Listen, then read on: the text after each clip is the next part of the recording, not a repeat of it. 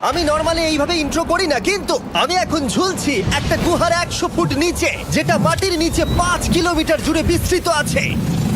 আর আমরা এটা পছন্দ করি বা না করি, যখনই আমি আর আমার বন্ধুরা মাটি টাচ করলাম, আমরা অফিসিয়ালি এখানে আগামী 7টা দিন কাটাতে চলেছি।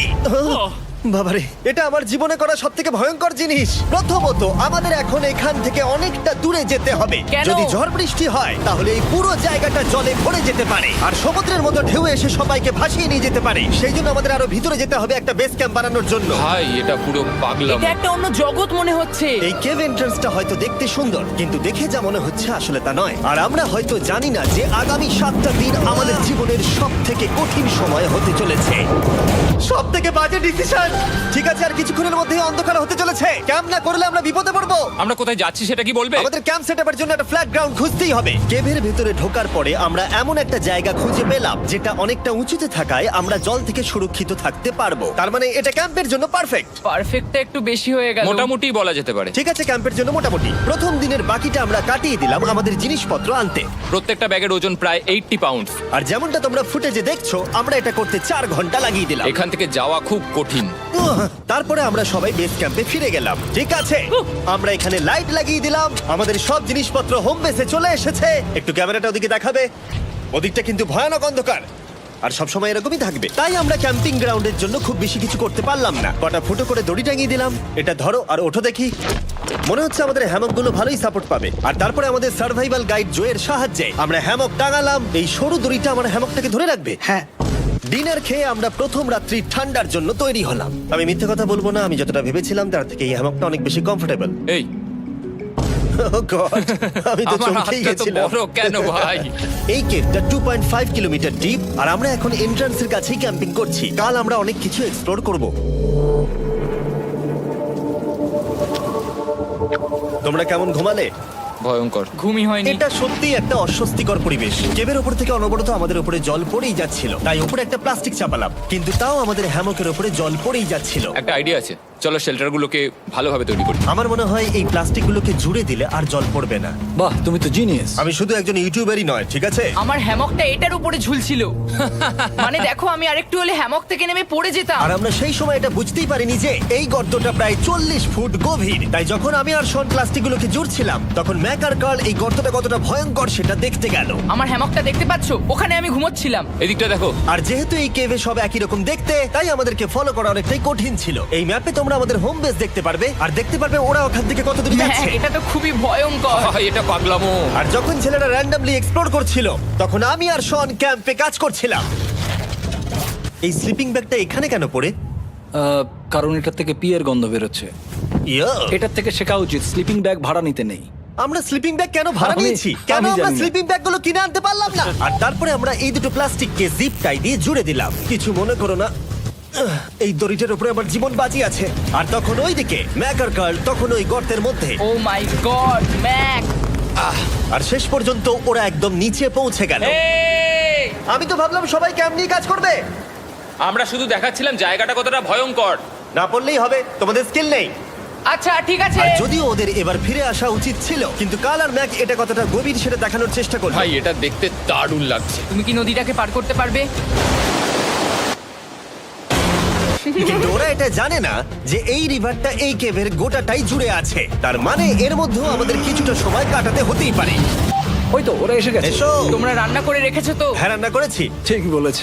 একটা নতুন বাড়ি, ঠিক বলেছি তো? একদম। এখন আমাদের একটা ছাদ আছে। আর এটা তো দারুণ। জিমি রান্না বেশ ভালোই আর করেছে। আমরা আমাদের ফায়ার পিটটাকে এই সুন্দর জায়গাটাতে নিয়ে এসেছি। জায়গাটা কেমন?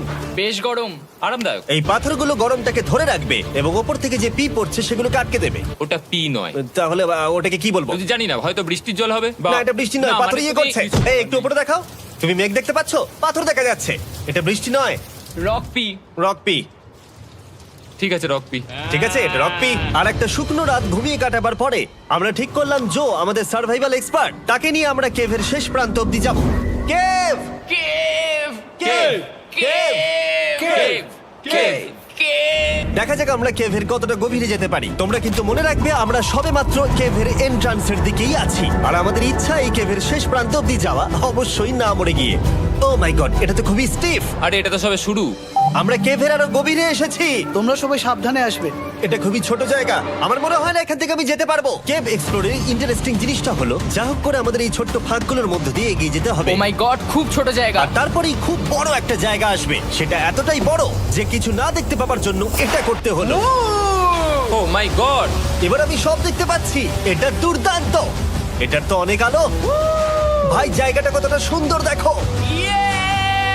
বাপরে কি আলো, আমি তো তাকাতেই পারছি না। আমি তো অন্ধ হয়ে যাব মনে হচ্ছে। এ বাবা, এটা কি হলো? আমরা বোধহয় ঠিক মতো এটাকে ব্যবহার করতে জানতামই না।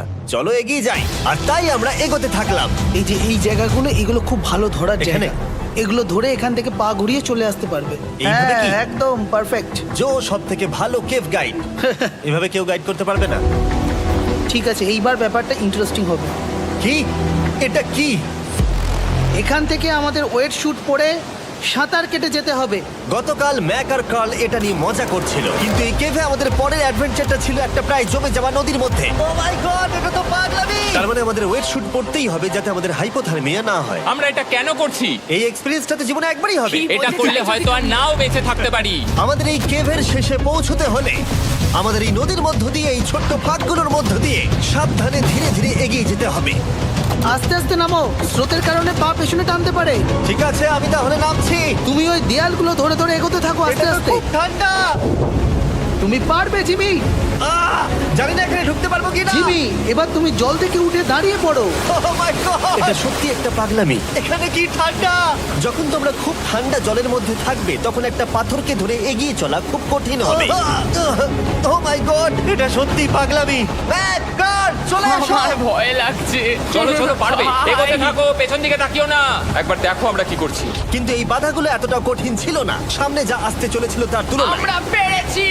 কেভ কেভ কেভ এই, কেভ। একটা কথা শোনো, আমরা 10% আসিনি। তার মানে এখনো আমরা শুধুমাত্র সার্ফেসেই রয়েছি, আর শেষ প্রান্তে পৌঁছতে হলে আমাদেরকে আরো 2 কিলোমিটার যেতে হবে। যেরকম তোমরা দেখতে পাচ্ছ এখানে 24/7 বৃষ্টি হয়, তাই আমি একটা আড্ডা মারার জায়গা তৈরি করেছি যেখানে আমরা কেউ ভিজবো না। আমি ভাবছি আমি যদি এটা না বানাতাম তাহলে কি হতো। আমি নিশ্চিত যে ওদের একটা ভেজা পাথরের উপর শুতে হতো। আমাদের ক্রমাগত এগিয়ে যেতে হবে এবং শরীরটাকে ভিজে রাখতে হবে। ঠিক আছে। নইলে আমাদের শরীরের তাপমাত্রা কমে এটা যাবে। এতটা কঠিন কেন? সব থেকে বাজে ব্যাপার হলো আমরা যতটাই দিকে এগোবো ততটাই আমাদের পিছন দিকে ক্যাম্পে ফিরতে হবে। আমাদের পরের বাধাটা হয়তো জলের মধ্যে নয়, কিন্তু তার মানে এটা নয় যে সেটা সহজ হবে। আরে এটা কি মাকড়সার জাল? কিন্তু আমি মাকড়সা দেখতে পাচ্ছি না। তার কেন? মানে ওটা আমাদের উপরে আছে। আরে তোমার গায়ে, তোমার গায়ে। আমার বন্ধুরা বলতে বাজে, এই গেমটা মিস্টার বিস্ট ভিডিওর মতো, যত এগোবে ততই কঠিন হবে। সত্যি কথা বলতে যদি আমাদের সাথে জো না থাকতো আমরা মরেই যেতাম। আর 3 ঘন্টা পরে জো আমাদের জন্য একটা বাজে খবর নিয়ে এলো। জল অনেকটা বেড়ে গেছে আর আমরা অনেকটা সময় লাগিয়ে ফেলেছি, তাই আজকে আমাদের আবার ক্যাম্পে ফিরে যেতে হবে। আমি মানবো না। তুমি সেফটি এক্সপার্টের কথা অমান্য করতে পারো না। আমি এটা মানবো না। সত্যি কথা বলতে আমাদেরকে ফিরতেই হতো, কারণ এর আগে আমরা শুট করতে অনেকটাই সময় নষ্ট করে দিয়েছি। তারপর ফ্লেয়ার নিয়ে খেলেছি, তাই আমরা ফিরে যাচ্ছি আর এই মিশনটা আমরা পরের দিন আবার শুরু করব। শন, আমরা এসে গেছি। আরে তুমি এখানে কি করছিলে? এখন তোমরা কেউ ভিজবে না। আমি তো জানতামই না এই লাইটগুলো আমরা এনেছি। এগুলো দারুণ লাগছে তাই না? দুঃখের বিষয় আজকে আমরা মাত্র 20% এগোতে পেরেছি, কিন্তু বিশ্বাস করো আমরা শেষ পর্যন্ত অবশ্যই যাব আগামী কয়েকদিনের মধ্যেই। আমার মনে হয় কোনোদিনই হবে না। আমি তো বললাম। আমরা ডে 4টা রেস্ট নেব আর ডে 5 এ চেষ্টা করব এই কেভের শেষ অবধি যাবার। দেখা যাক কি হয়। ডে 3 তে মজা হলো, কালকে আবার দেখা হচ্ছে। আর কেভের ভিতরে 3টে খুব বাজে রাত কাটাবার পরে পরের দিন সকালে আমাদের মাথায় শুধু একটাই কথা আসছিল, আমার একটা হট শাওয়ার চাই, তবে আমি এখন একটু শান্তি পাবো। ও এখন শাওয়ার পেলে কিন্তু দারুণ হয়। আমি চান করিনি প্রায় 3-4 দিন হয়ে গেল। তোমরা নিশ্চয়ই জানো কেভের মধ্যে শাওয়ার করা সম্ভব নয়। আমাদের অনেকটা পথ হেঁটে সাবধানে আগের রিভার বেডের কাছে পৌঁছতে হলো। ও মাই গড! আমি আমার ব্রেনকে ফিল করতে পারছি। আমি এভাবে ব্রেনকে ফিল আমার করিনি। কপালটা জমে গেল পুরো। চলো ড্রোন দিয়ে মাথার চুলগুলো শুকিয়ে নি। এদিকে এসো ড্রোন। ও দাঁড়াও দাঁড়াও দাঁড়াও, এটা কিন্তু কাজ করছে। হ্যাঁ, দারুণ কাজ করছে। ড্রোন থাকতে হেয়ার ড্রায়ারের কি দরকার? আর চুল শুকানোর পর আমরা জোয়ের সাথে জার্নির প্ল্যান করতে বসলাম। এটা কি জো? এটাই কেভের ম্যাপ। আগেরবার আমাদের থামতে হয়েছিল কারণ জল খুব জোরে বইছিল। এখন বৃষ্টি কম হচ্ছে, তাই কালকে আমরা নিশ্চয়ই এই কেভের শেষে পৌঁছে যাব। এটা ভয়ঙ্কর হতে চলেছে। প্রথমে আমাদের কালকে যেখান দিয়ে গেলাম সেখান দিয়ে আগে যেতে হবে। জলের মধ্যে ঝাঁপ দিতে হবে এবং পাথর দেখে হাঁটতে হবে। এগুলো সবকটা আমরা যদি পার করতে পারি তাহলে আমরা গ্লো ওয়ার্ম চেম্বারে পৌঁছে যাব।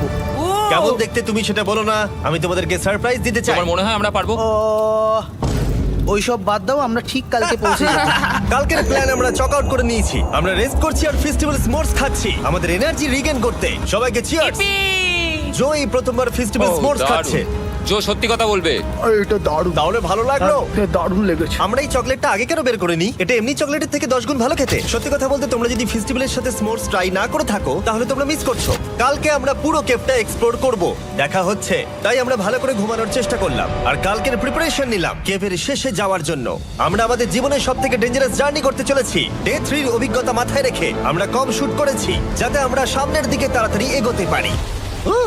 জলটা খুব ঠান্ডা হ্যাঁ, আগের দিনের মতোই খুব ভালো। এই তো আর যাতে আমরা সবাই বেঁচে ফিরতে পারি তাই জো ছাড়াও আরেকজন সার্ভাইভাল এক্সপার্টকে আমরা নিয়ে এসেছিলাম। এখানেই আমরা ডে 3 তে আটকে গেছিলাম। এখন আমরা কি করব? এবারে আমরা অনেক তাড়াতাড়ি এসেছি। আমাদের পিছনে ঘন অন্ধকার, কোথায় যাব? এই রাস্তাটা অনেক সরু এবং হ্যাঁ। স্রোত প্রচুর বেশি, তাই আমরা দেয়ালগুলো ধরে ধরে আস্তে আস্তে এগোবো। এই যে এইভাবে। ও হ্যাঁ, God! এই রকটায় জাম্প করো। কয়েকটা ভালো পাথর আছে যেগুলোকে তুমি ধরে এগোতে পারবে। আরে এখানটা তো অনেক অন্ধকার। আমি আর পা পাচ্ছি না, আমি এখন মাটিতে আর পাই পাচ্ছি না। যেহেতু আমরা মাটিতে পা পাচ্ছিলাম না, তার মানে যদি আমরা পাথর ছেড়ে দিই তাহলে এই জলের স্রোত আমাদেরকে ভাসিয়ে নিয়ে যেতে পারে। জো, আমরা কি করব? আমি এটা ধরে এসেছি, তুমি এটা ঠিক আছে, ধরো। আমি তো দেখতেও পাচ্ছি না কোথায় যাচ্ছি। জো, স্রোত আমাকে ভাসিয়ে নিয়ে চলে যাচ্ছে। আমি তুমি করবো কি করে? পারবে, পারবে। শুধু মুখটা এখান থেকে ঢুকিয়ে দাও, আমি হেল্প করছি। এখানে আমি ঢুকবো? হ্যাঁ, এই গর্তের মধ্যে। এই তো, খুব ভালো। এটা আমার জীবনের সবথেকে বিপজ্জনক অ্যাডভেঞ্চার। আমরা এখন কেভের অনেক গভীরে চলে এসেছি আর এবার আমাদের সামনে প্রথম বড় বাধা।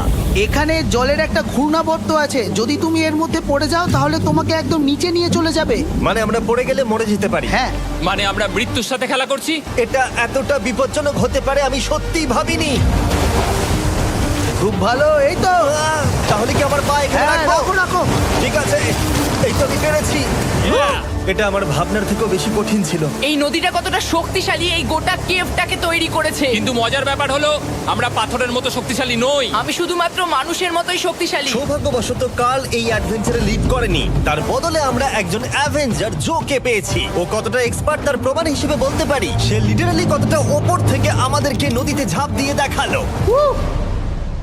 ও মাই গড, এটা পাগলামি। কে বললো এটা পাগলামি? এটা তো আমার কাছে খুবই সহজ। আমি এটা করব।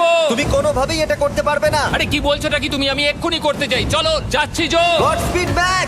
জিমি আমার সাথে যা যা করেছে তার কাছে এটা তো কিছুই নয়। 3, 2, 1।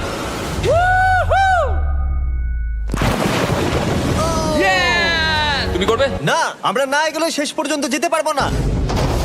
ও মাই গড, আমাদের নিচের দিকে যেতে হবে। আমরা সবসময় স্রোতের উল্টো দিকে কেন যাই? এখন শুধু আমি ভেসে ভেসেই যেতে পারবো, আর কিছু না। এই জলের তলায় অনেক ধারালো পাথর আছে, তোমরা সেগুলোকে দেখতে পাবে না, তাই সাবধানে পা ফেলবে। ও মাই গড, আবার এটা গভীর আরে হচ্ছে।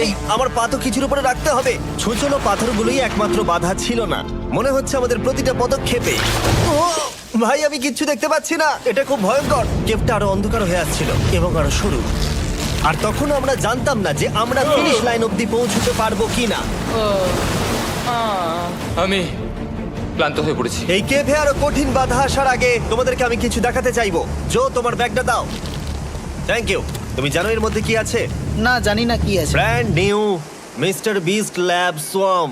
সত্যি কথা বলছি, গত 5 ঘন্টা ধরে যেহেতু আমি অনেক পরিশ্রম করেছি, তাই কোনো মতেই এখন এটা আমি বলার মতো অবস্থায় নেই। তাই এটা শুট করার 1 মাস পরে আমি পুরো কেপ সেটটা তৈরি করলাম ফিউচার জিমি নেম ট্যাগ দিয়ে। তারপরে বললাম, হে, আমি ফিউচার জিমি, আর আমি এখন তোমাদেরকে বলবো brand new toy line of mister beast lab swamp সম্পর্কে। এটা একটা কালেক্টেবল টয় লাইন, আর এখানে 119টা ইউনিক ডিজাইন ক্যারেক্টারও আছে যা তোমরা কালেক্ট করতে পারো। আর সবথেকে দারুণ ব্যাপারটা হলো, কোন ক্যারেক্টারটা তুমি পেয়েছো সেটা জানতে হলে এই টিউবে ওয়াটার দিয়ে নাড়াতে হবে আর তোমার সোয়ামস তোমার সামনে চলে আসবে।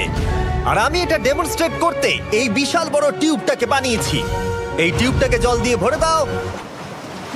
তোমাদের এত জলের দরকার নেই, এটা অনেক বড় বলে এত লাগছে। ঠিক আছে, এটা এখন জলে ভর্তি হয়ে গেছে। এবার এটাকে একটু নাড়াতে হবে। এটা কি আর নাড়াতে হ্যাঁ হবে? হ্যাঁ, অনেক নাড়ানো হয়ে গেছে। এবার জল ঢালো এখানে। জো ঢালছে। আর জল ঢালার পরে তোমরা দেখতে পাবে তোমরা কোন সোয়ামটা পেয়েছো। এটা সব থেকে রেয়ার হাইপোক্রোম, যেটা মাত্র 1000টা বানানো হয়েছে। জো, এটা তোমার। Thank you so much. এটা চাই। আর এটা তোমার। কাল কি নেবে? আমার কাছে দুটোই ছিল। আর আমরা শুধু সোয়ামেই থেমে নেই, আমরা এই অ্যাকশন ফিগার প্যান্থার গুলো বানিয়েছি যেগুলো এই ব্রিফকেসে আছে। আর এই সোয়ার্মের মতো এই মিউটেটর যখন তোমরা কিনবে দেখতে পাবে এর ভেতরে কি আছে। কোথায় কিনবো? ভালো হয়েছে জিজ্ঞাসা করলে। মিস্টার বিস্ট ল্যাব টয়েস এখন তোমরা পৃথিবীর সব জায়গায় পেয়ে যাবে। এগুলো সব বেরিয়ে গেছে, তোমরা গিয়ে কিনে নাও। আর কেবের মধ্যে অনেক সমস্যা পেরোনোর পরে আমরা ফাইনালি পৌঁছে গেলাম গ্লো ওয়ার্ম চেম্বারে। ভাই এবার খুব ভালো লাগছে। ঠিক আছে টিম, তোমাদের গ্লো ওয়ার্ম চেম্বারে স্বাগত। এ তো দারুণ। এটা দারুণ লাগছে। ভাই এটা পৃথিবী মনে হচ্ছে না এখানে একদমই। যে আলো তোমরা দেখতে পাচ্ছ সেগুলো আসলে ছোট্ট ছোট্ট বায়োলুমিনেসেন্ট গ্লো ওয়ার্ম তৈরি করেছে। এটা দেখতে অনেকটা মিল্কি ওয়ে গ্যালাক্সির মতো লাগছে। ওয়াও! আর এই মুহূর্তটা, এই ভিউ, সত্যি বলতে এই ট্রেকের সমস্ত ক্লান্তি যেন দূর করে দিল। এখানে অবধি পৌঁছানো যেন সত্যি একটা অ্যাচিভমেন্ট ছিল। কিন্তু এখন আমাদের যাত্রা শেষ হয়নি, কারণ আমাদের এখান থেকে এখন বেস ক্যাম্পে ফিরতে হবে। আজকে ডে 6 হতে চলেছে, এখনো ওরা আসেনি আর আমি খুব ক্লান্ত। আমার মনে হয় না আমি ভালো করে ঘুমোতে পারবো, ওদের জন্য খুব চিন্তা হচ্ছে। এই ট্রিপটা অনেকটাই সহজ ছিল কারণ আমরা স্রোতের সাথে ভেসে ভেসে যাচ্ছিলাম। আর যেহেতু তোমরা এই ট্রিপটা দেখেছো তাই আমরা এটাকে স্কিপ করলাম। কিন্তু সত্যি বলতে এই জার্নিটাও অনেকটা বেশি সময় নিল, কারণ আমরা ক্যাম্পে পৌঁছানোর আগেই 6 নম্বর দিন চলে এলো। শন, সবাই ঠিক আছে তো? আমার খুব চিন্তা হচ্ছিল। Happy day 6। ডে 6 খুব ভালো। এনার্জি বাড়াতে আমরা আগুনের উত্তাপ নিলাম এবং ফাইনালি আমরা কিছু খেতে পেলাম। এটা খুবই অ্যাডভেঞ্চারাস ডে ছিল। কালকে দেখা হচ্ছে, মানে আজকেই হয়তো। এটা হয় ডে কোনোদিন 6 হবে না। নাকি আজকে, না আমি জানি না। এত বড় ট্রেক সম্পূর্ণ করার পরে শারীরিকভাবে চূড়ান্ত ক্লান্ত হওয়া সত্ত্বেও জানি না কেন কিন্তু আমি একদমই ঘুমাতে পারছিলাম না।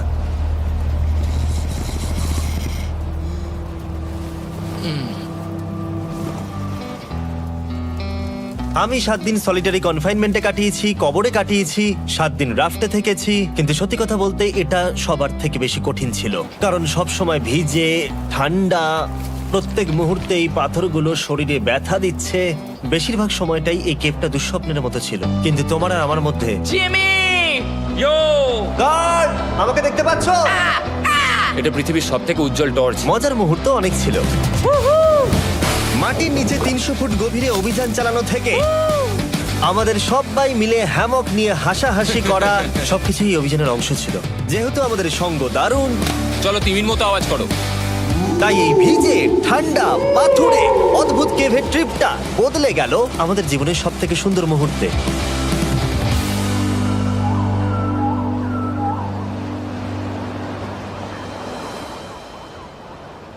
আমরা এখান থেকে যাব না যতক্ষণ না সবকিছু তোলা হচ্ছে। আর আমি সবকিছু বলেছি মানে সবকিছুই। চলো এবার বেরোনো যাক। আর যখন আমরা মাউথ কেভে আবার ফিরে এলাম, ভাই ওপরটা দেখতে দারুণ লাগছে। তখন জয়ের জন্য একটা সারপ্রাইজ ছিল। বেরোনোর আগে জো, আমরা তোমার কাছে কৃতজ্ঞ। তাই এই নাও $50,000 নিউজিল্যান্ড ডলার্স, 10,000 করে প্রত্যেক জনের প্রাণ বাঁচানোর জন্য। Oh my God, thank you so much Jimmy. Thank you Joe. Love you, Joel! এবার আমাদের সব কাজ হয়ে গেছে, চলো বেরোনো যাক। 7টা দিন পরে আমরা ফাইনালি এখান থেকে বেরোচ্ছি।